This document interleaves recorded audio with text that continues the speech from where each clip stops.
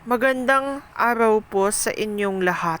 Ako po si Alan Cruz at ang Bible verse po natin ngayon ay John chapter 13 verse 34.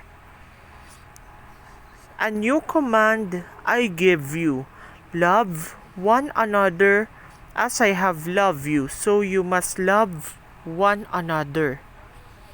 So ang sinasabi po dito ay ang pag-ibig sa kapwa ay hindi lamang isang utos, kundi isa po itong pamamaraan ng ating pamumuhay. Sa pamamagitan ng pagpapakita ng pagmamahal at pag-unawa, nagiging instrumento po tayo ng ating Panginoong Diyos sa pagpapagaling at pagbabago.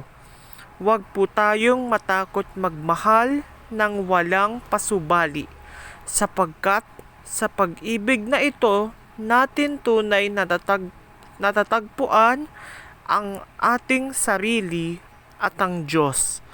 Ibahagi ang pag-ibig na ito sa bawat taong makakasalamuha mo. So, imbes po na mag-away-away po tayong lahat, ay mahalin po natin ang ating kapwa. So, yun lamang po. Ako po si Alan Cruz. Magandang araw po sa inyong lahat.